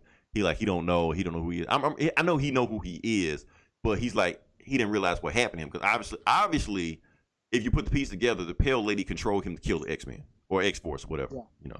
Yeah. Even though it doesn't really matter because they can resurrect them anyway. But they're not really dead. They're just gonna grow them again. They can just grow them again. But Wolverine has this whole thing about like even though you bring them back, the trauma stays with them and some shit. Yeah. So whatever. So that's the first story. Like I said, this is a big ass book. This is almost a damn graphic novel. Now the second story is about Wolverine trying to stop Omega Red from walking through the Krakoan gates. Because like I said, Krakoa is welcome for all mutants. That's the tagline on there. So even evil villain like Omega Red, Wolverine is getting ready to chop his ass up. He's like, I'm gonna give you 3 seconds to walk back through that portal. And Omega's like, I'm not leaving. And then Magneto just puts a stop to the shit, like just grab, like magnetically freezes Wolverine. He's like, Wolverine, you're not doing shit. Matter of fact, you see he's fucked up. You see Omega Red is fucked up. He got blood all over him. That's his own blood. So how about you go find out what happened to him? See, make yourself useful. And just throws Wolverine through the portal. Wolverine goes to the portal. He looks in the he finds this car. Over the car is just a bunch of just dead bodies. And he's like, okay, Omega Red must have did this shit. So he goes back and tries to interrogate Omega Red. And Omega Red basically tells him, no, I didn't do this shit. Somebody else is worse than me out there doing this shit and blaming me for it. Matter of fact, why don't you go to France and figure this shit out? So Wolverine gets his first clue. Goes to France. Sees this beautiful lady outside selling flowers and shit like that. He tries, hit on her, pick her, like, why don't we get out of here and go do blah, blah, blah. She's like, nah, I'm working. I got to do something. So he goes into the bar. He drinks some shit. And then he realized that he's surrounded by fucking vampires. And they drugged him. And he passed out. When he wakes up, he's upside down hanging. And they stick like a pipe in his neck to make his blood drain out so they can drink it. And Wolverine's pissed at himself. He realized the reason he's pissed at himself because he's been hanging in Krakoa so long, his senses have been dull because he's just been chilling for so long. Their sense ain't as sharp as it used to be because if that was happening before, they never would have got the drop on him. So anyway, the beautiful flower girl outside turns out to be a vampire slayer. She just started chopping it. She just got this UAV light that just blows everybody away. Wolverine chops a bunch of people, and she realized they on the same side. They need to work together. So they go to this monastery, and she say she worked with the night watch, the night guard, or something. Something like that, yeah. Something like that. They go downstairs. They go down to the bottom, and they get attacked by vampires again. Wolverine try to fight so many of them off, but Louise, who the beautiful flower girl, she gets captured, and the vampires are like, all we want to do is just drink your blood, and then we'll leave. We'll let her go. So Wolverine's like, okay, bring it on. So Wolverine still try to fight some of them off, but the most of them like drink his blood and they fly off. But he can't turn into a vampire because Wolverine, he's got the healing factor. He's got built-in, white blood cells and enzymes that can block that shit from turning. So we cut to the end. Omega Red walks back to the portal, back to where he was before, and he sees Dracula, the head of the vampire. Dracula is in sunlight. He's a daywalker now. Why? Because when they took Wolverine's blood and brought it to Dracula. So he's a daywalker now. He just walked through the daytime. He gives Omega Red some kind of enzyme or some kind of something that basically like quells his bloodlust. But he also has a detonator in it. Basically tells Omega Red, you work for me now. So what I want you to do, you go back to Krakoa and do whatever they tell you to do, but you really work for me. And that's how the book ends. So yeah, too lengthy. And there was some shit about how Wolverine's blood. There's attributes of Wolverine's blood that acts like a vampire virus and shit. And yeah, because it's a cure-all. Yeah, which I'm pretty sure. Didn't they say something about like the drugs they're selling got Wolverine's blood in them or something like that? Something, yeah. Or maybe I'm just making shit up. I don't know. It sounds like the vampires want Wolverine's blood so they can get a healing factor or some shit. Right. Well, I mean, they already have one, but basically they basically like really be immortal, like complete all their their stuff. Like walk during the day, Right. And like I said, we don't review a lot of Marvel here, but the thing is, vampires in Marvel, like as of now, 2020, they're a big thing. Mainly because Blade is back. They're trying to push Blade. Mm-hmm. So you got to have Blade kill somebody. So vampires are back too. So I guess Wolverine's killing them too, and it's vampires. Just have Wolverine kill a bunch of vampires. What's wrong with that? And the vampires are gaining power because mutants have left. All the mutants are on Krakoa now. Right. So, and it's making the humans leaving humans for easy prey. Right, because the mutants are just protecting themselves. Now they're not really too worried about anything else that's going on, like human problems. So yeah. It's all connected. Like I said, the vampires are a big deal in the Marvel universe. Wolverine killing a bunch of vampires, cool. I want to see where this pale lady thing goes, or how even it ties into Hickman's whole vision or whatever. Pretty cool issue. Like I said, you just want to see Wolverine just go nuts. It didn't give me that Savage Avengers feel though. Like when you read Savage Avengers, you're like, oh yeah, Wolverine's just going nuts in this book. I didn't get that sense in this one. Even though the artwork in the second issue of the second storyline was cool. Did that guy remind you of Greg Capullo? The art? Kind of, yeah. Yeah, not saying it was, but I was looking at it, I'm like, I can picture Capullo drawing the same shit, and you wouldn't even tell the difference. So I thought it was pretty good. I liked it. Yeah, it was really gritty and violent. I did like it. Yeah, so I actually liked him better than Kubert. I always thought Kubert was overrated anyway. Not Romita level, but deal. Overall, I'm gonna give it a 4 out of 5. It was cool. It was a lengthy story, so I appreciate that. I feel like I did get my $8 worth out of it. But it's Wolverine. You expect to see some cut loose shit that you don't get from a standard X-Men book, and it really wasn't that. And matter of fact, it was pretty much felt like an X-Force book until like the very end. Yeah, like it could have easily been in one of those books. Yeah, I like the second story a lot better. But yeah, I really had no interest in reading this. I really didn't care what Wolverine was doing, especially I'm just not feeling this whole new X-Men thing that's going on. Oh, I'm loving it, man. I'm loving it. Yeah, and then when I said, "Oh, here's Wolverine's back," and I'm like, "Ah," and then I saw it's a double issue for $8. And I'm like, man, those motherfuckers. I really didn't want to read it. Because it's Wolverine. Out of peer pressure, I saw all y'all posting about it, and I'm like, fine, I'll read this fucking book. And to my surprise, I liked it. I enjoyed it. Yeah, I wasn't wowed by it, but I enjoyed it, for what it was. Even the shit with Krakoa, I thought that was cool. The whole, basically a drug deal, mob shit going on. Yeah. And then he fights vampires in the second story. So I was like, sweet. I dug on it. So yeah, it's a 4 out of 5 for me. I didn't expect and it was the last book I read. This is like 70 pages, $8, man.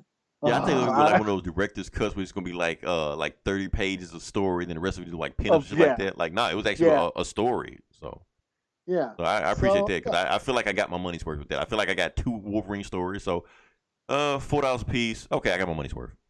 Yeah, to my surprise, I enjoyed it. I really didn't even want to. I almost didn't get it. But I mean, everyone was talking about first Wolverine book, because I just want to see how because that's the thing about these X-Men books. I'm like, yeah, the X-Men story is cool, but I'm not getting enough Wolverine.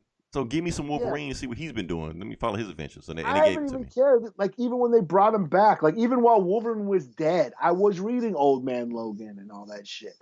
You know, so I didn't even care when they were bringing him back. And oh, Wolverine's back. He's back from the dead. Blah blah blah. I didn't give a shit. So when they announced this book, I'm like, I don't care. But hey, they got me. It wasn't bad. It wasn't bad at all. So. Cool. All right. Well, I'll let you go. Even though you talked a lot on this one, it's your turn now. Crap. I guess I didn't read any Marvel besides that. So I guess I'll go to DC real quick for Wonder Woman, Dead Earth. Okay. Black Label. Yeah, Black Label. This book is awesome. I'm just all over Daniel Warren Johnson's nuts right now. He's writing and art with colors by Mike Spicer. Basically, this is Wonder Woman waking up hundreds of years in the future from being in some sort of cryogenic stasis, and she discovers the world has been devastated by nuclear war. It's just a radiation wasteland. She finds the few human survivors who are basically all like fighting these like mutant monsters, you know. So she kind of protects these last remnants of humanity and, fighting these big giant monsters. And this issue, this is number 2, she wants to bring them to Themyscira. Her and a few of the survivors, they find a little boat to sail to Themyscira to check she wanted to check, see what's everyone's cool there. She gets to Themyscira and that island is devastated. It's in ruins. And then she finds Hera and what's her name? Nubia? Is that her name? Nubia's back. Yeah. Black History Month.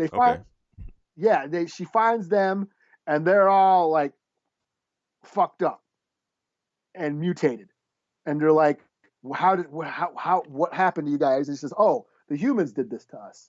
That with their nuclear war, their radiation, now we're a bunch of mutants.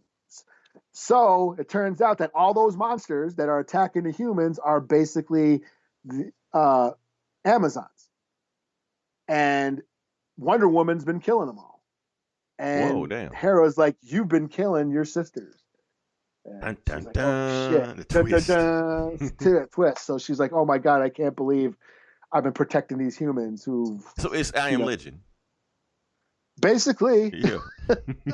So that's number 2. Like she's like, oh shit, I swore to protect these humans, but now I can't now.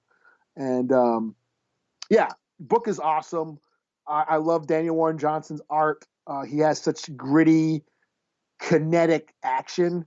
A lot of energy and movement. But then his facial expressions are there. You can see so much emotion in the faces. So this is a 5 out of 5 for me. I'm digging this. It's a Black Label book. It's violent, and the bigger canvas to work on, the art really stands out. So yeah, digging this. Wonder Woman, Dead Earth. Check it. Cool. Okay. So the next book I have is Batman 89. Oh, you gonna do that? Okay. Yeah, I mean, I'm gonna do that. I was confused as fuck. Like people keep saying Batman 89. I'm thinking they're talking about the Michael Keaton movie. Like what the hell, y'all? Okay, but anyway, basically how the book starts off, we're in Mercy Hospital in Gotham. Penguin gets dropped off. His neck, his throat is bleeding because he got it slit by Deathstroke. He's telling the guy that, okay, I'm gonna pay you $100,000 if you call this number and you patch me up. If you don't do it, I'm gonna have my guys kill you. How is he gonna have his guys killed after he's dead? I don't know, but whatever. And it was like, and Batman just dropped me off and drove off. Like, so where's Batman? What do you think he is? He's working. And we cut to the next panel, and we see Batman chasing down Gunsmith. That one of those D-list assassins, whatever like that. He's he bat roped his bike, and he's just dragging on the ground to his bike, throws a batarang at him, gun explodes in him, beats the shit out of him. He's done. Big deal. And Batman's really like, okay, I'm working too hard to fight these D-listers. I need to be proactive on a situation like this, so I need to be in front of this. Matter of fact, I already know where the next guy's going, so I'm gonna just head over there now. So while Batman's heading over there, we cut to the graveyard, and when we see Harley Quinn and Catwoman fighting off these gravediggers, just beating the shit out of them and shit like that. And Harley Quinn is telling, Catwoman that Joker body in the ground is not the Joker. She's like, yeah, I kind of figured it out. Yeah, that guy used to work for the Joker. Matter of fact, he used to walk Bud and Lou for me. My pet hyenas. Cool guy, but he's kind of crazy. But, to work for us, he's kind of got to be. So they beat the shit out of those guys. And then they get jumped by Merlin and Cheshire, who has a Band-Aid on her, by getting hit by a fucking truck, And Harley Quinn and Catwoman just beat the shit out of them. So, yeah, that's them. Cut back to Batman, because Batman already knows who's the next target on his list, on the D-list bad guys list. And he got to fight Dr. Teeth, Mr. Teeth, something. That guy. Oh, that guy. Yeah, he already knew he was going to try to kill the Riddler. So, and he already know where the Riddler was the whole time. He's been letting the Riddler just chill up there for a while, but he's like, no, I'm going to pay the Riddler a visit. So he goes up there, finds Mr. Teeth, breaks his arm, breaks his leg, beats the shit out of him. I'm like, damn, Batman. Okay. But then he realized that the Riddler's not even there. He's like, okay, something's not here. But he realized his terminal is still on. We're like, okay, this is weird. So he turns on the terminal, and he sees Riddler, butt naked, talking to the designer. The designer's like the big bad of the story, or so we to believe. And while he sees the Riddler making hand motions where the designer can't see it, but it's towards the camera where he can see it. So he's basically giving Batman a clue. So while he's doing that, Batman calls up Lucius. He like, tell you what, Riddler has been sitting up here and got the schematics of every single person in Gotham. So I'm going to download this to the back computer so you can have it too. Like, okay, cool. And release the drones to go get the rest of the D-list supervillains. And he's like, don't call them the drones. Call them, what do you call them? The Bat Swarm or some shit? I forgot. Something like that. So anyway, he sends drones and they go pick up Deathstroke. Boom, that's it. Harley Quinn and Catwoman show up, but they were looking for Batman. Catwoman was looking for Riddler. She's like, Riddler, where the hell you at? I came here looking for you. And then she sees Batman. She's like, oh, hi, honey. Like, wasn't expecting Batman to be there because she been trying to avoid him the whole night. Batman's like, okay, Catwoman, you got a lot of explaining to do. First off, who is this guy on this computer terminal? He's like, that's the designer. Another thing, I'm sorry. And then while we're doing that, we cut to the end of the book. And like I said, since the Joker went dead, Joker is still alive. Now, while they was in the graveyard scene and beating the shit out of Merlin and Cheshire, Harley Quinn and Catwoman getting spied on by some girl that we didn't get a chance to see. And at the end of the book, the girl is giving on the phone with Joker and basically saying, yeah, Batman's involved in Situation 9. And Joker's like, don't worry about I'm not worried about that. I got some stuff I got to take care of before I see Batman anyway.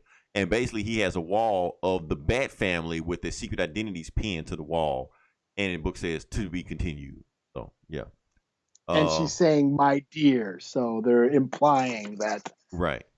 That's his new fling. The cat's out the bag now. The cat's out the bag. This book has been sold out. This is on the second printing now, and the reason because of this girl. Now, for those that's not, and all you see is her mouth. Yeah, all you see is her mouth. You don't see any. You don't even know who she is. Like if you read the book, you don't think anything twice about her. But she does give one little thing. Like she looks at Harless like that's her. She ain't much. You can tell she. But like I said, if you read the book, you don't think much about it. But the reason this book is selling out so fast is because of this girl. This girl is the Joker's new girlfriend, which isn't in this book. It's not explained in this book, but it's already been leaked. His new girlfriend named Punchline. Is me. Eli, does she look Asian to you? By going by just her mouth? Well, I mean, they showed a picture of her like on Ain't It Cool News or some shit like that. Oh no, I didn't see that. They showed a picture of her. Oh. Yeah, it's a big thing. Like speculators are going crazy over this book. Yeah. Yeah, they that's why it's sold out right now because they're thinking it's going to be worth money down the road or put their kids through college like that. It's not, but that's what they think. It's not. Yeah. It'll be worth $20 tops. If that, it won't even be that. So yeah, but the girl's name is Punchline. That's her name. It's the Joker's new girlfriend. She has this kind of like a kabuki theater look to her. That's what I got from it. Yeah. Okay. Like I said, I just briefly looked at it. I was thinking more of like a mime, but then maybe I'm just thinking of mime and marionette from you can say that. You can say that, but like I said, that's new girlfriend name is Punchline. Doomsday Clock. Yeah. I'm pretty sure it's gonna be a showdown between her and Harley. That's when the ex versus the new girl. So yeah, but that's why this book has been selling out left and right because Tinian has made this new character. We don't know what's gonna happen with her, but I guess we'll see. I guess the next book is when we'll actually get a full feature of her. Yeah. So overall, it's 4 to 5. It's cool Batman shit. It's Batman. I mean, action packed. Yeah. Bring the action back. And that's the thing, like this Tinian books, like they've been nothing but action. Like I said, Batman's hunting down all these D-list assassins, so he is going to be action left and right with these guys, and he's like brutal with these guys. I would expect him to break the dude's arm and leg. Why didn't he punch his teeth out? That's what I didn't understand.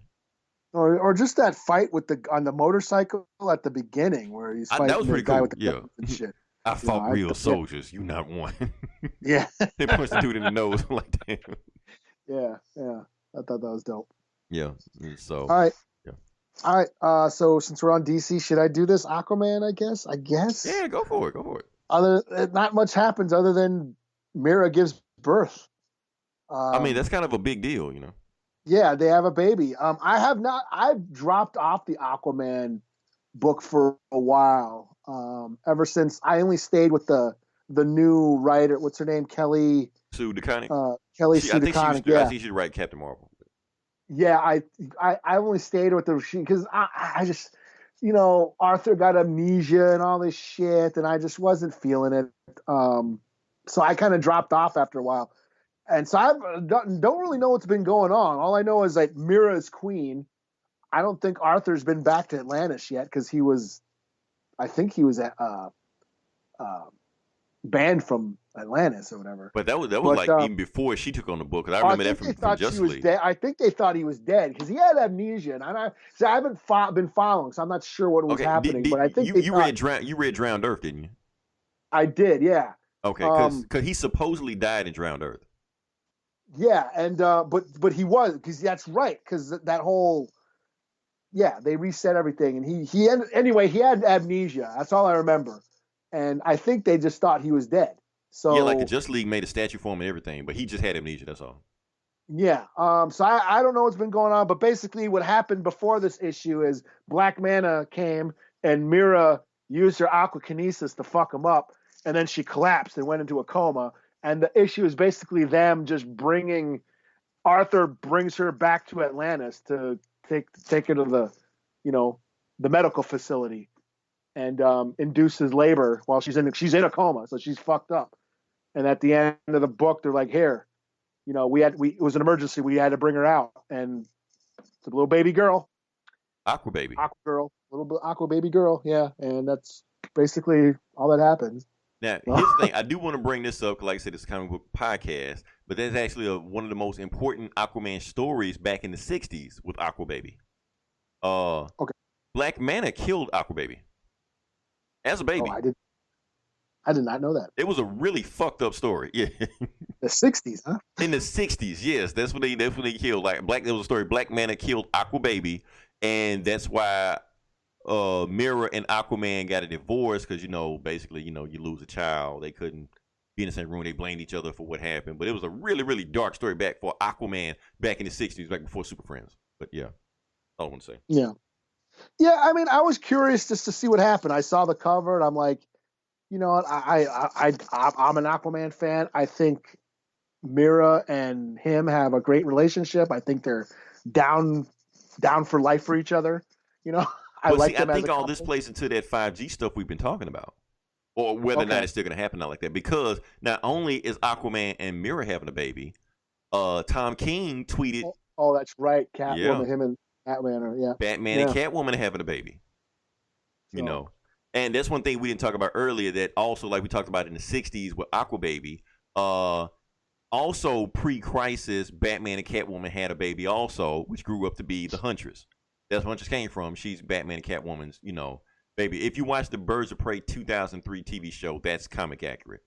I watched that show for a hot second, and the main villain of that show is Harley Quinn. It's all full circle. Yeah, it's all full circle. Is that on DC app? Yes, it is. I think. Check it out. I'll check it. No. It's not on DC app, but it is on the CW app. Yeah. Still free. So, yeah. Yeah. Well, I was just curious. I just jumped back in just to see what was happening. Sounds like shit's all fucked up. So I give it a 3 out of 5. Damn. Not the usual Aquaman stuff you usually have, but okay. Yeah, I mean, it's just it's just a trip to the hospital. They're at the hospital. I mean, they're dealing with stuff like, Mirko's there. And like they're dealing with like they see Aquaman. They're like, what the fuck? Why is he here? And Queen Mira is needs medical help. And blah blah blah blah. There's a little bit of static happens, but in the end, it's just them going to the hospital, her giving birth. Cool. Oh, just let you know, I'm done. I have nothing left. Oh, really? Yeah, you didn't do you're not doing Unkillables or whatever? No, I was gonna let you do that. Why? Why am I doing that? Did you read it? That fucking Wolverine book was like $8. You didn't read it? No. Oh man, I only got this book because I thought you were gonna get it. I was going to, but I was like, Wolverine is $8. Okay, so basically, this is Deathstroke going around and killing zombies, man. I mean, I saw now. Let me ask you this: is this book like parallel in the same time frame as the first series? I believe so. Okay, that's what I said. I heard it wasn't really like a sequel, but it was like a side story. Like, okay, we saw what the heroes were doing. This book is showing what the villains were doing at the time. Yeah. So it starts out. Deathstroke goes to some like Nazi skinheads hideout, only they're all zombies. So he just the beginning of this book is just awesome. It's just Deathstroke killing Nazi skinhead zombies. Nice.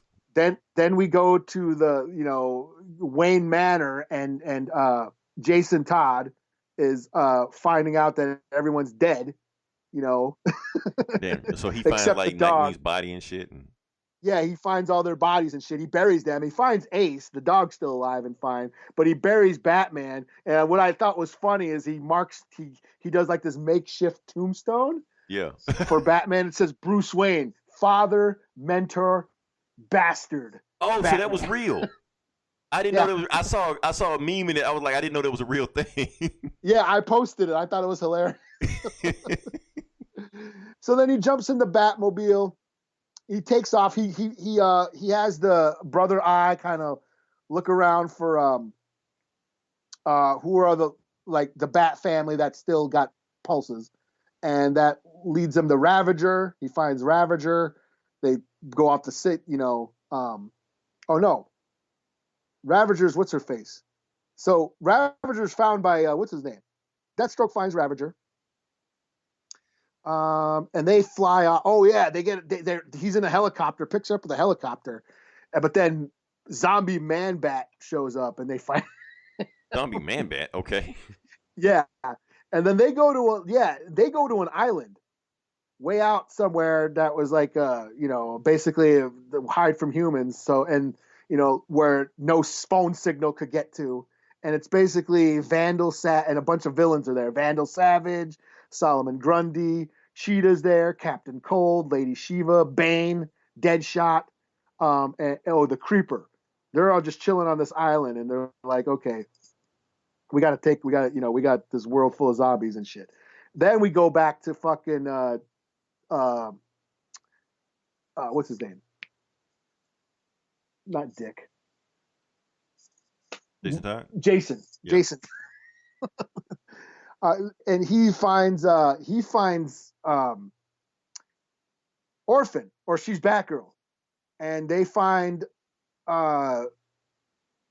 Gordon, and they're fighting zombies. Harvey gets bit, and basically it's Orphan, Jason Todd, and Harvey or Gordon in in the Batmobile, and they take off. They find Joker's dead body. They put Joker's dead body, nail him to the front end of the Batmobile, and then drive out of Gotham. Wow. Yeah. And then what happened? Oh, they go to they go to Bloodhaven and they find a bunch of orphans. That's what happens. Okay, yeah. Cool. And they're like, so there's a bunch of kids at the orphanage, and they almost kill them. Like, what the fuck? Because they roll up on the set with Joker on the fucking hood of the Batmobile. So this is great. This is a lot of fun. This is basically Walking Dead with superheroes. Okay. A lot of action, a lot of gore. I liked it a lot better than the last story arc, because I thought the last story arc was just okay, but this was actually brutal and shit. A lot of action. I mean, because it's villain, so it's funny to watch it. Yeah. Yeah, so I get a 4.5 out of 5. I totally thought you were going to read this. I'll be on the next one. I dropped the ball this time. I'll be on the next one. Yeah, yeah. So other than that, I read a bunch of indie shit. I read Bitterroot, the new Bitterroot #6, which was awesome. Bitterroot's that horror book about the black family in Harlem back in the 1920s who fight demons. These demons called Jinyu that are sort of created out of hatred.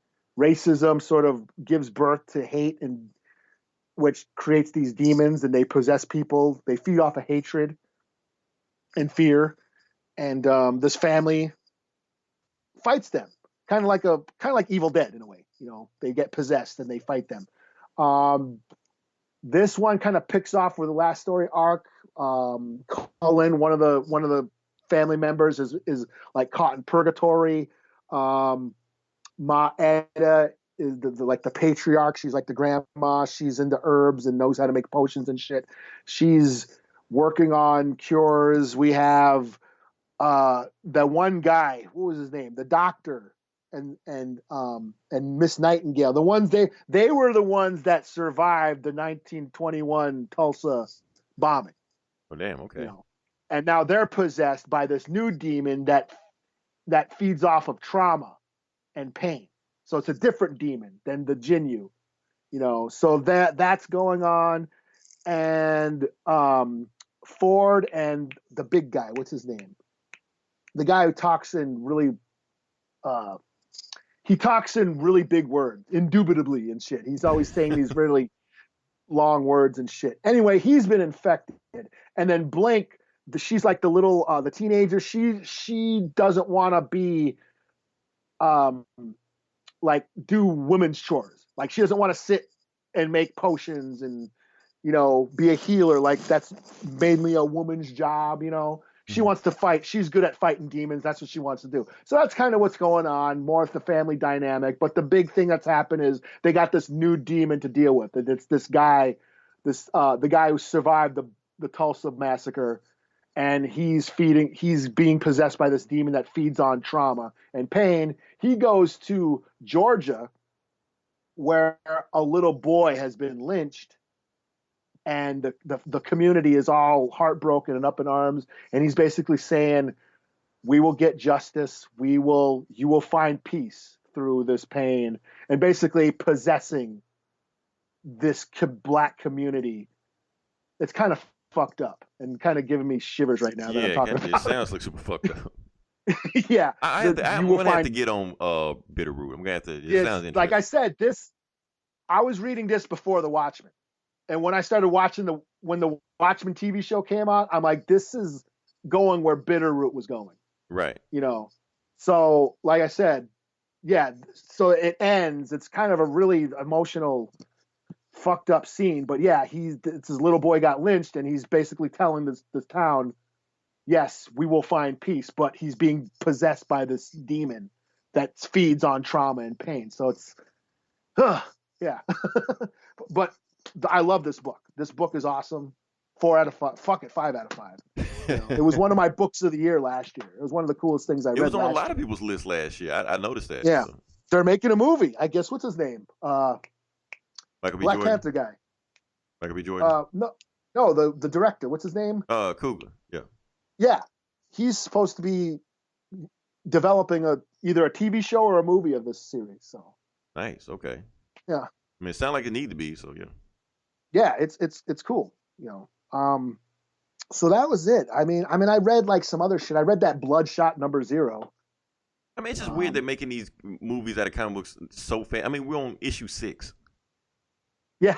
So they already making it like, can you at least wait till the arc ends or something? You know, fuck it, just go.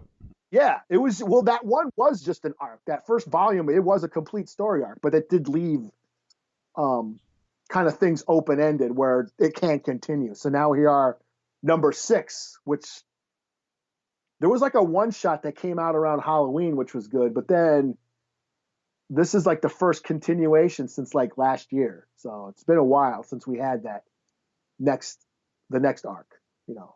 Okay. So yeah. But other than that, like I read the Bloodshot #0, which was fine. I mean, I only picked it up, one, because of the movie, and two, that claim that all the Valiant fans say that you can pick up any Valiant book and not know what's going on. But they say that, yeah.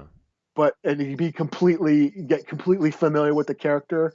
Well, I guess it's true for this one. It's a #0. You go into the history of Bloodshot. This version of Bloodshot is he's in Russia hiding out, and working for some Russian pipeline. But then turns out there's some human trafficking going on, and he decides to let the Bloodshot come out and kick ass. So there's a lot of bloody action, which is cool. 3 out of 5. I thought it was fine. Yeah, I keep forgetting Bloodshot about to come out. I guess I have to get familiar with that because people are gonna start asking questions. So yeah, we at least gotta act like we know.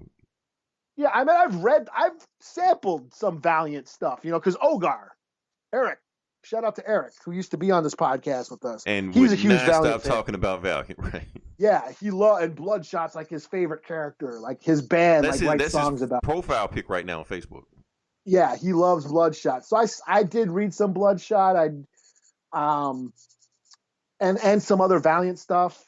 I just haven't found that one story that has okay, I like this character. Like I've read Bloodshot. I've read like Rye, and is it Ninja K or is it Ninjak? I don't even know. Yes. Yes. Yes. Both. Yes to both. Because I've listened to the Valiant and they've said it both ways. Because they got a Ninja K, a Ninja J, and a Ninja B. I don't know. Okay, whatever. A Ninjak? I don't know. I always thought it was Ninjak. That's what I always said Ninja, but they said it's like a Ninjak and a Ninja K and whatever. So. I read the Harbinger Wars. I thought that was okay until that just turned into X-Men. Yeah. Exo Manowar was always my favorite, but he was just like Conan Iron Man. That's all. So. I haven't read that yet. I've never read. That's the only one I haven't read yet. Yeah, he's like and then he got the Eternal Warrior. I don't know what the fuck that is. I don't know. Yeah. Faith, Faith was all right. I haven't found that one Valiant character that has made me a fan where I gotta follow this now the thing is, Christopher Priest used to write, before he did Black Panther, he used to write Quantum and Woody. Okay. And it's actually that's what got him the Black Panther job. Oh no shit. Yeah. So he had to be a while ago. That was that was in the 90s or something like that. Yeah. Yeah. All right. Well, shit. So yeah, Bloodshot was fine. Would I give it a 3 out of 5? Fuck it, I'll give it a 4 out of 5. It was enjoyable. Piss off the Valiant fans, both of them. Well, because I didn't give it a 7.5 out of 5. Exactly. You're supposed to be circle jerking in your room right now reading the Valiant book. But it's funny because it's #0 and then it says to be continued in Bloodshot #7. I'm like, what? How the fuck does that work? Like, okay. But of course they're gonna put out a book that's gonna be like an entry level for people they know they kind of gravitate towards the story. And maybe that's a good thing. Yeah. Maybe that's what like if somebody goes and sees the Bloodshot movie, says I want to read a Bloodshot comic, and they go read it, and the comic is just like the movie. Right. Maybe they'll become comic book fans. Or Valiant fans or something, Or Valiant fans, yeah. I mean, that's their stepping stone in. You know what I mean? Not a black, Asian, gay, non-binary, blue hair. I'm Bloodshot. Yeah. Like, the fuck you are? Yeah. I feel bad for anybody who tried to read Lobo during the New 52. Oh, shit. Are they a metrosexual Lobo? Like, no. Yeah. So, but, yeah. I don't know. That's about it. I read some more shit, but I don't give a shit. I'll stop there. Okay. Well, I guess we got another epic episode. Yeah. If you listen to this, and we didn't even have anything to talk about. We found shit to talk about, but whatever. If you listen this long, definitely like, share, subscribe. Definitely listen to our sisters podcast. Are you guys still doing Geek Ass? Are y'all on hiatus or what? Well, yeah, Anthony's on tour right now, but like I said, I'm thinking about doing, because the Clone Wars is back. Mm-hmm. So I'm thinking about doing an episode, reviewing each episode every week, just for something, just to keep Geek Savs going, Okay. Because I'm the only one who really watches it out of my crew, who's including familiar me, with the shit. I don't. Yeah, that's why I said I know you weren't going to watch it, and I figured, gives me a chance to, talk about that shit. Hell, I canceled Disney Plus. I'll get it back sooner or later. So I might do that. I'm actually, and I'll keep them short. I mean, I'm not going to go on an hour on every episode. I'll do like 20, 30-minute episodes just to, refamiliarize the saga and all that shit. So Cool. Other podcast we have, we got a Comic Cast. Definitely listen to them. They can read the same books we did, but I want to hear what they have to say to see if it varies from our opinion. They've listened to not Hoodoo TV. Yeah, Hoodoo TV. Listen to them. Bad Idea. There's a new podcast called Bad Idea. I said I wasn't gonna talk about it, so there it is. Bad Idea. Let's do it. This is Instruments of Destruction. This Geeks and Comics. I think that's it. If we lose one, and get more. So I don't know. If I miss it, fuck it, whatever. Oh, and Get Value. Listen to them. Get Value. That being said, this is Leroy. This is Eli. We'll talk to you guys next week. Same bullet time, same bullet channel.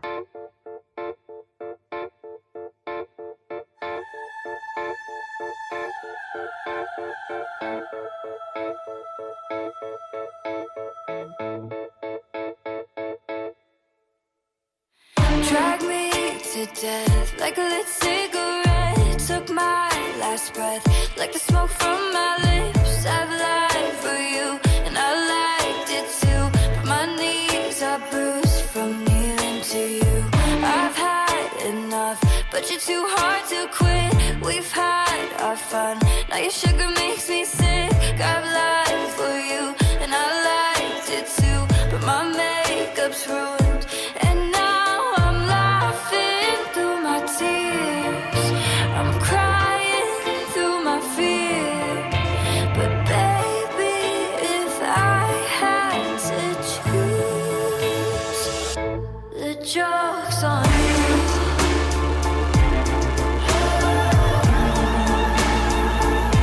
The joke's on you.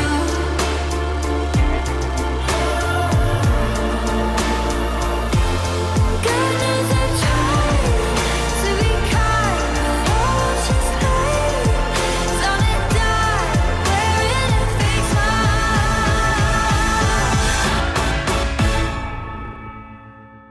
The joke's on you.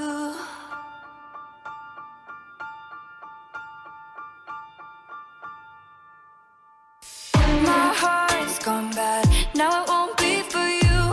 You had your laugh, now I won't play the fool. I've lied for you, and I liked it too, but I'm black and blue from bleeding for you. You struck the match, burned me out so fast. Look what we had, now it's turned to ash. I've lied for you, and I liked it too, but my makeup's ruined. And now I'm laughing through my tears, I'm crying through my fear. But baby, if I had to choose, the joke's on you.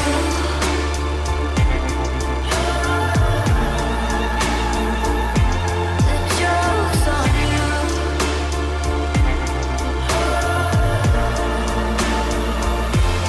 Goodness, I tried to be kind, but all she's played is on a dime, wearing a fake smile.